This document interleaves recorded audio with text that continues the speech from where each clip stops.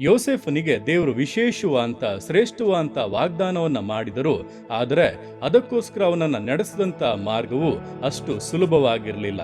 ಅದು ಇಕ್ಕಟ್ಟಿನ ಮಾರ್ಗ, ತಿರಸ್ಕಾರಗಳ ಮಾರ್ಗ, ನಿಂದೆ ಅವಮಾನಗಳ ಮಾರ್ಗವಾಗಿತ್ತು. ಆದರೆ ಯೋಸೇಫನು ದೇವರೊಟ್ಟಿಗಿದ್ದಂಥ ತನ್ನ ಸಂಬಂಧವನ್ನು ದೃಢವಾಗಿ ಕಾದುಕೊಂಡು ಪರಿಶುದ್ಧತೆಯಲ್ಲಿಯೂ ನೀತಿವಂತಿಕೆಯಲ್ಲೂ ಜೀವಿಸಿದಂಥ ನಿಮಿತ್ತವಾಗಿ ದೇವರು ತಾನು ಹೇಳಿದ್ದನ್ನು ಯಥಾಪ್ರಕಾರವಾಗಿ ಅದ್ಭುತವಾಗಿ ನೆರವೇರಿಸಿಕೊಟ್ಟರು. ಈ ದಿವಸಗಳಲ್ಲಿ ದೇವರು ಹೇಳಿದಂಥ ಕಾರ್ಯಗಳಿಗೂ ನಿಮ್ಮ ಜೀವಿತ ಹೋಗುತ್ತಿರುವಂಥ ಮಾರ್ಗಕ್ಕೂ ಸಂಬಂಧ ಇಲ್ಲದ ಹಾಗೆ ಅನೇಕ ನಿಂದೆ ಅವಮಾನಗಳನ್ನು ನೀವು ಸಹಿಸಿಕೊಳ್ಳುತ್ತಾ ಇರಬಹುದು.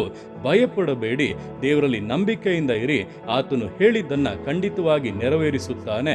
ಈ ರೀತಿಯ ಕಷ್ಟಗಳನ್ನ, ದುಃಖಗಳನ್ನ ಕ್ಷಣ ಮಾತ್ರದಲ್ಲಿ ನೀಗಿಸುವುದಕ್ಕೆ ಆತನು ಶಕ್ತನು. ನಿಮ್ಮ ಜೀವಿತವು ವಾಗ್ದಾನದ ಪ್ರಕಾರವಾಗಿ ಆಶೀರ್ವದಿಸಲ್ಪಡಲಿದೆ. ಮೇಲುಗಳನ್ನ ನಿಶ್ಚಯವಾಗಿ ಕಾಣುತ್ತೀರಾ?